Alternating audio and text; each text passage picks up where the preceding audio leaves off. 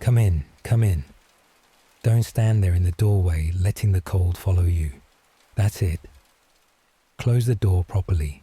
That's right.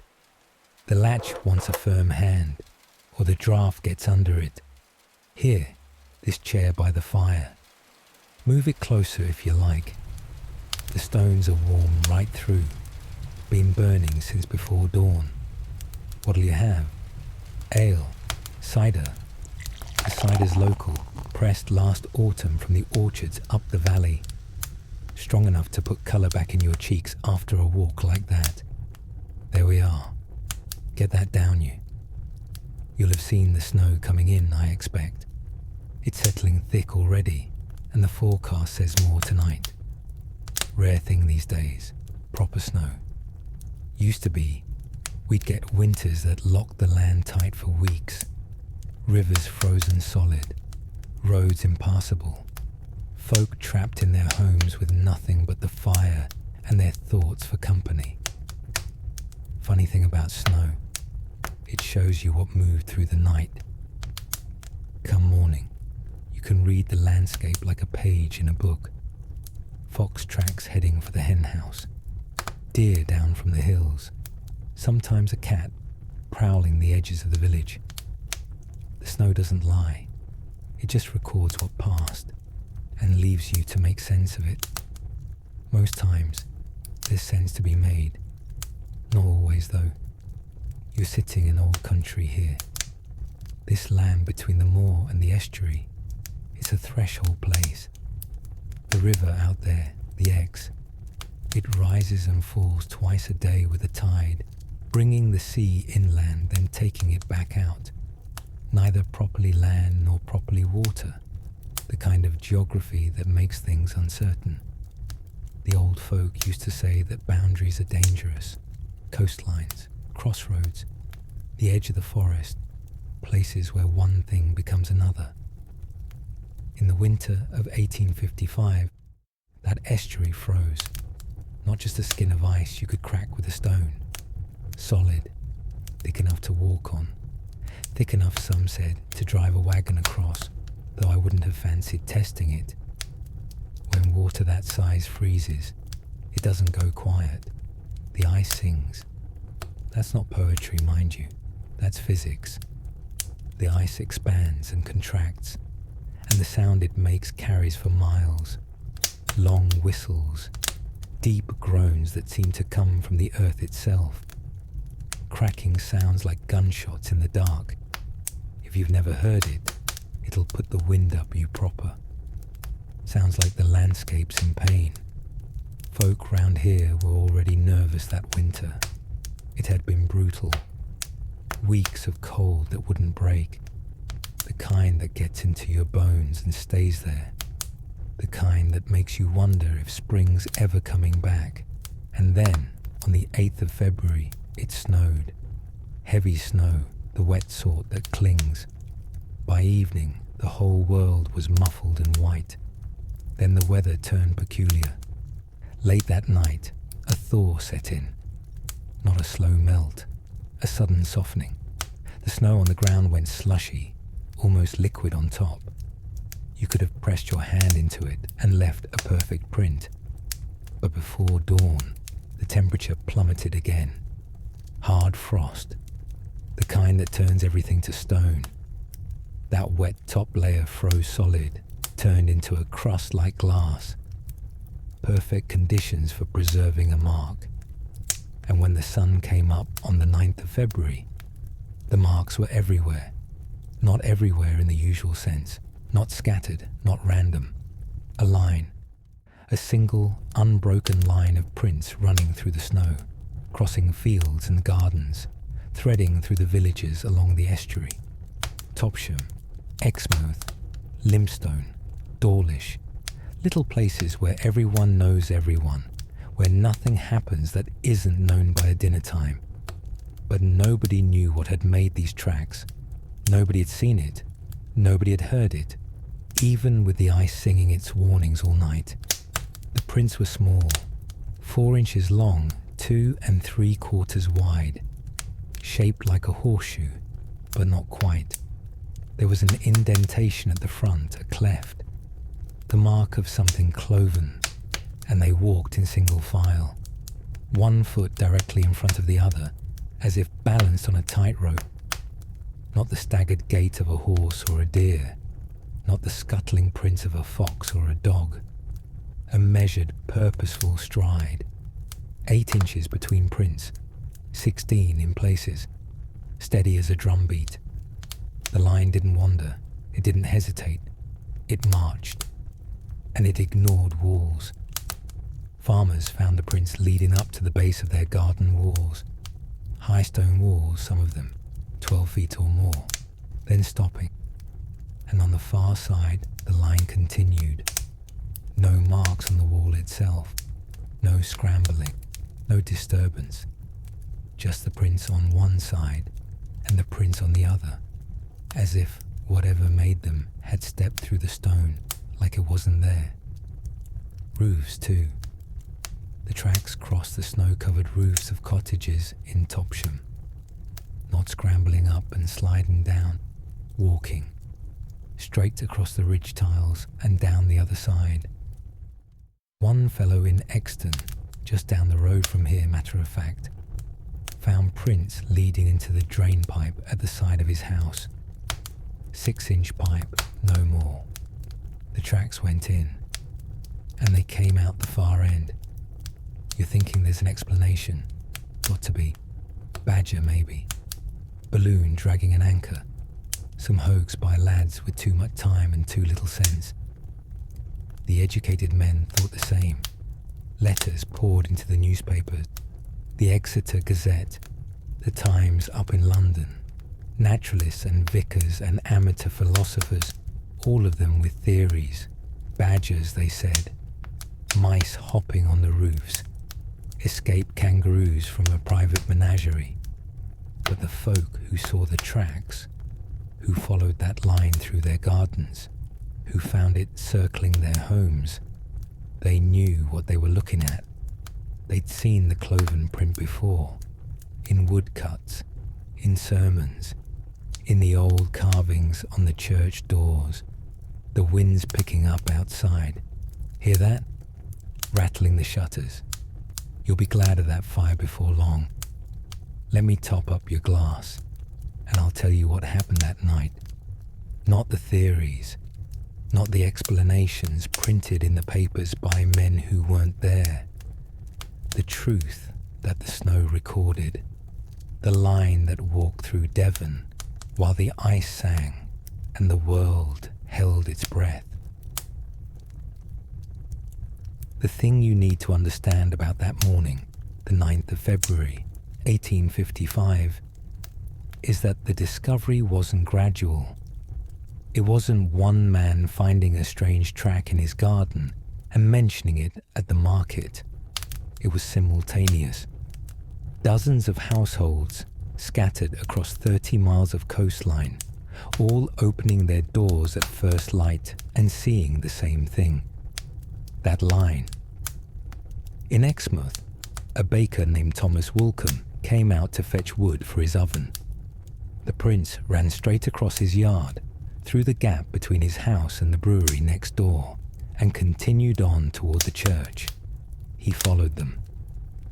They went up to the churchyard wall, 8 feet of mortared stone, and stopped.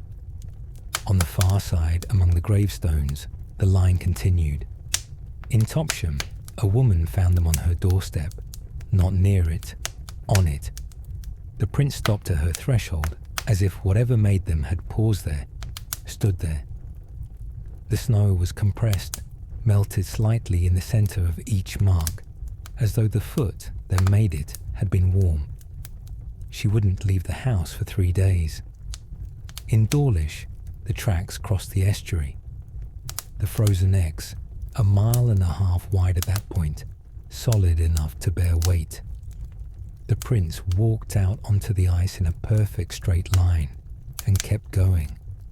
A carter trying to cross the river that morning followed them for 1/2 mile before losing his nerve and turning back.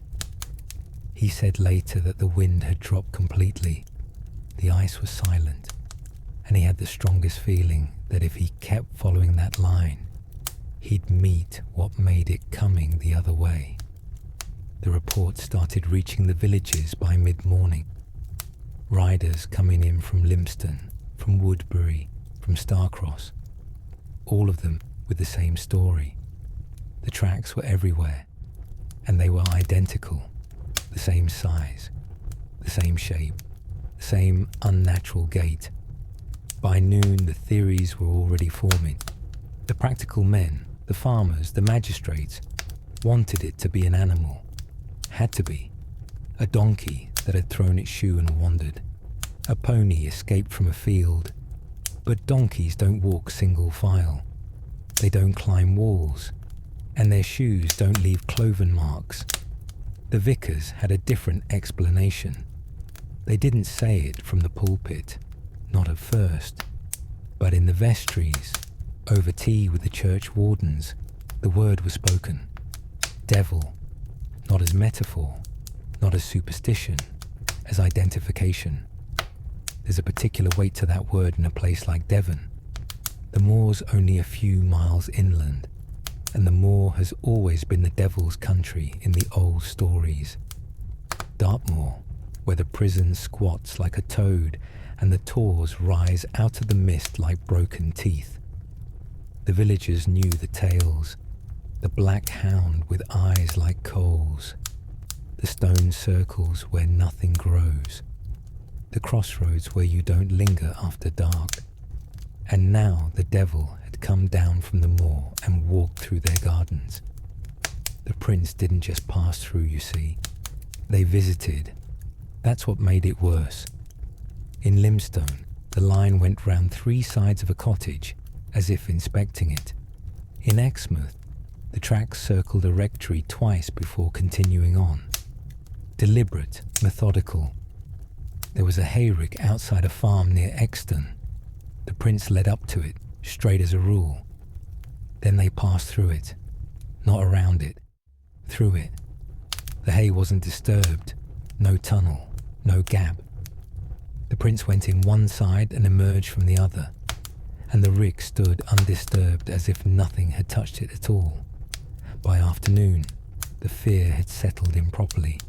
Not panic. Fear's quieter than panic. Panic makes noise. Fear makes silence. The tap rooms went quiet that night.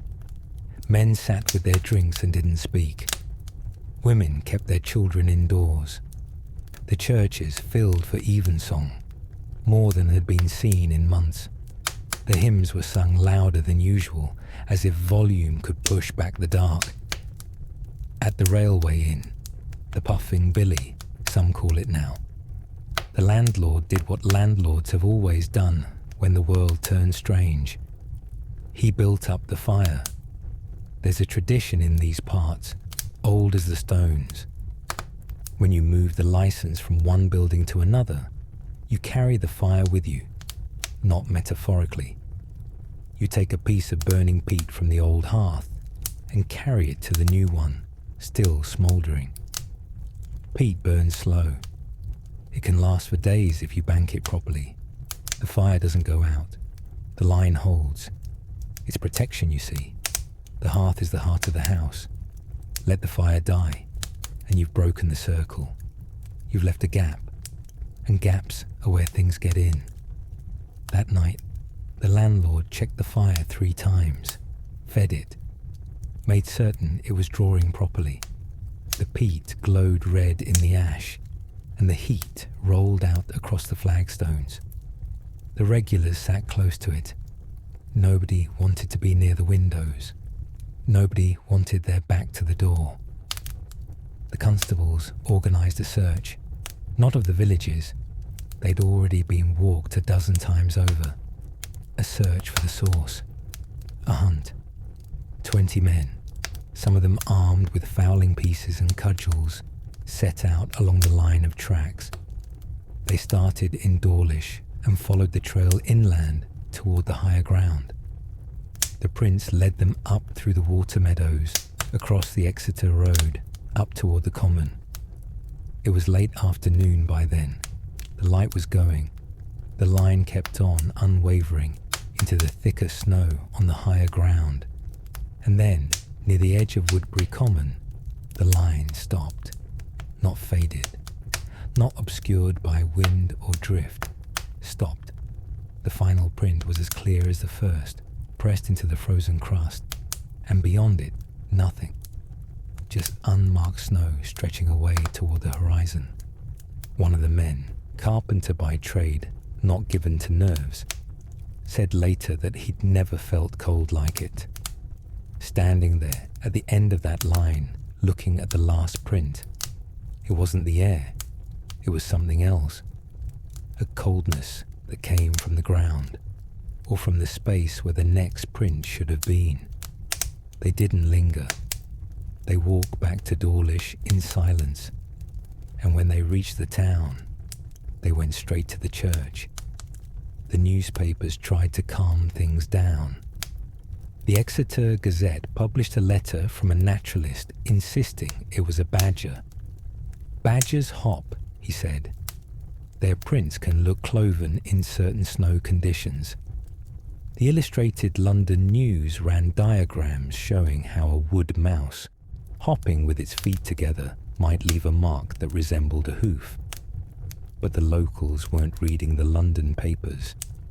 They were reading the snow. And the snow said something walked through Devon that night with a stride that didn't falter, through walls and across rivers and over rooftops, leaving its mark on every threshold. The weather broke the next day. The thaw came in properly, and within hours the snow was gone. The evidence melted into the mud and ran down into the estuary with the tide. The prints disappeared as if they'd never been, but the memory didn't melt. The memory froze solid, same as that crust of snow, and it's been here ever since. People started locking their doors that winter.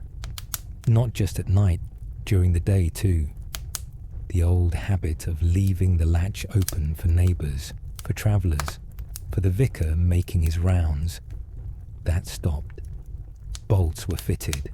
New locks ordered from the ironmonger in Exeter. The vicars preached on the subject of sin. Not the usual comfortable sins, gossip, sloth, vanity. The serious ones, the kind that might draw attention. The kind that might make something stop at your door and leave its mark on your threshold. And in the taverns, when the talk turned to that night, someone would always ask the same question.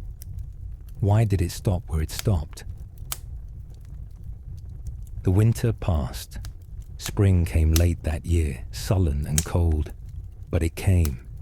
The estuary thawed.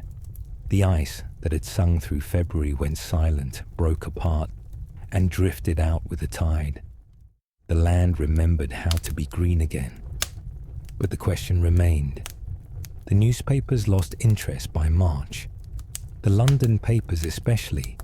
They'd had their fortnight of speculation, their letters from amateur naturalists and retired military men, with theories about escaped zoo animals. The Times published one final piece suggesting the whole thing had been exaggerated by provincial hysteria, and that was that.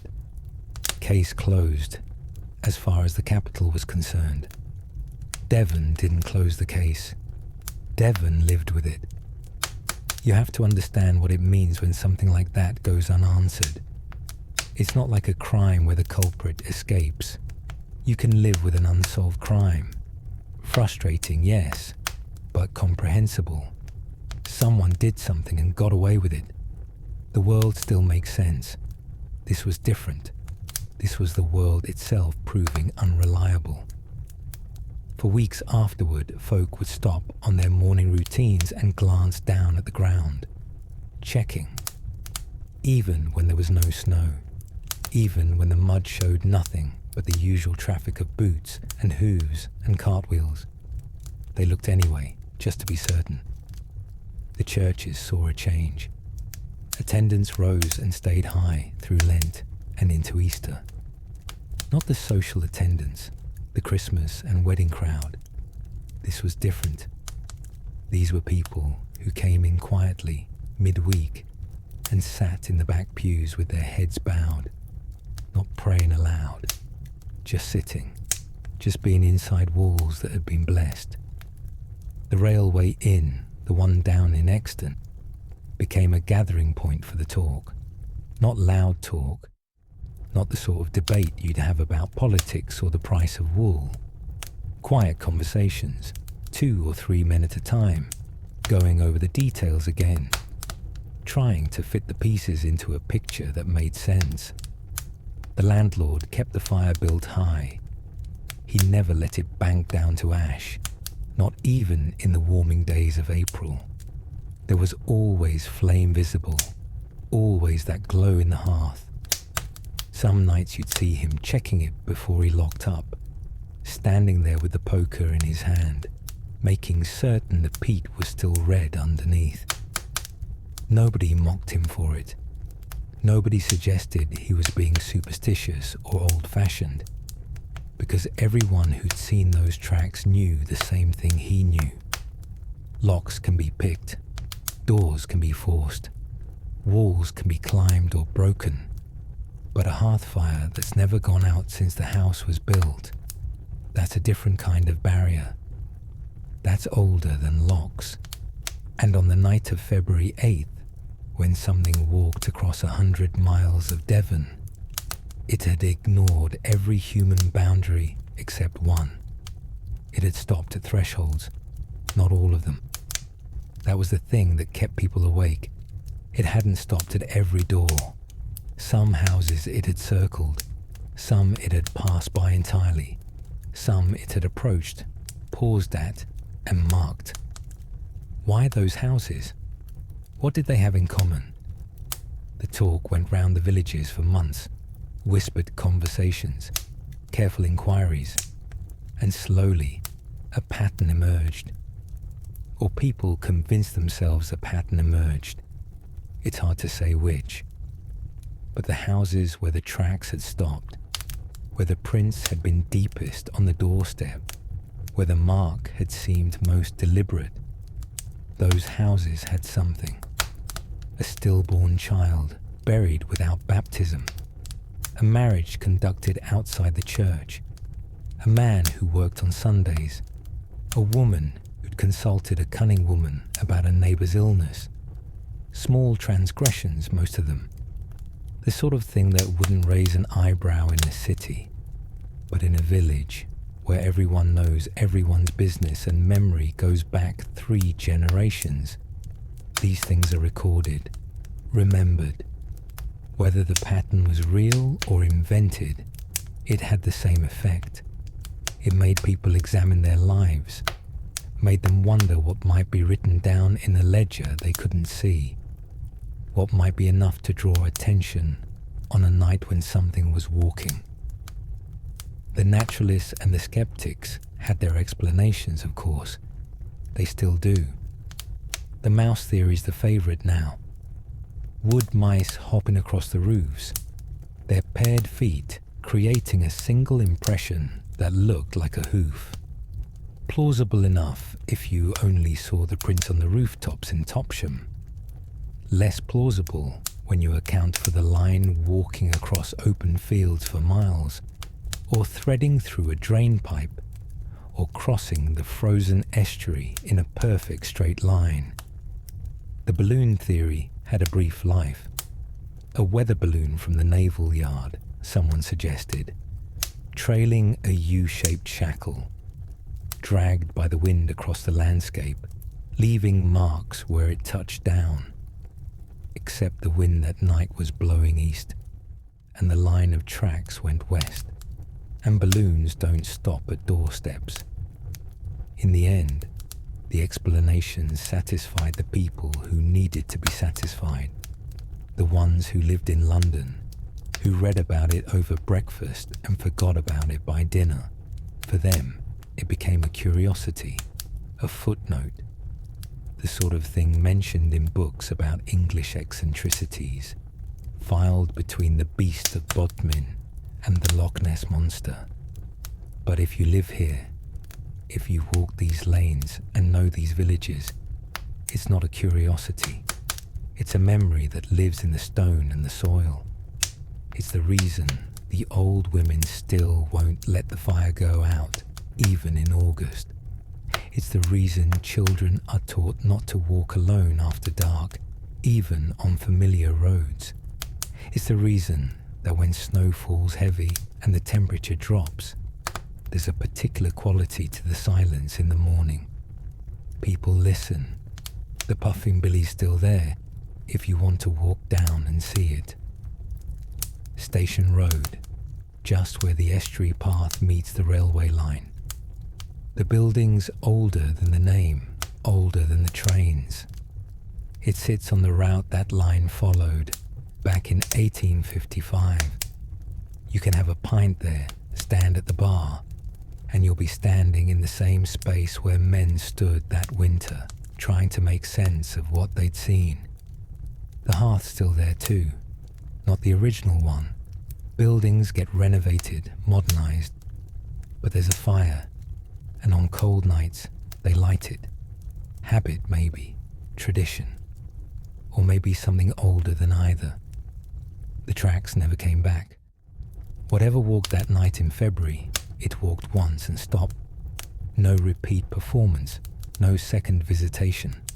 Just that single line recorded in snow that melted within a day, leaving nothing but the stories. Some say that's proof it was nothing. An animal, a weather event, a collective misidentification. If it had been real, truly real, it would have come back. Phenomena repeat. Patterns emerge. But others say that's exactly why it only came once. It didn't need to come back. It had already made its point. It had demonstrated that the walls we build, the locks we fit, the boundaries we trust, all of it can be crossed. The message was delivered. The lesson was taught. And the lesson was this: the world is stranger than we permit ourselves to believe. The dark is deeper than we admit. And the things that move through it don't always leave explanations behind. Just marks in the snow, and the memory of a morning when an entire county woke up and found that something had walked among them while they slept. The fire's burning low now. Look at that, down to the embers. I'll build it up before you go. There, that'll see the night through. Here's to the mysteries that stay mysteries, to the questions we can't answer and the tracks we can't explain, to the snow that records what passes and the thaw that takes the evidence away. And here's to staying inside when the ice starts singing, because some nights the world's bigger and stranger than we want it to be, and some things walk in the dark that were never meant to be followed. You'll be wanting to head home before it gets too late. The snow's coming down thick now, settling proper. Mind how you go. Watch your step. And if you happen to glance down at your footprints in the morning, well, that's only natural, isn't it? We all do it now, those of us who know the story. We all check, just to make certain. Just to make certain there's only one set of tracks leading away from the door. You've been listening to British Pub Law. Mind how you go.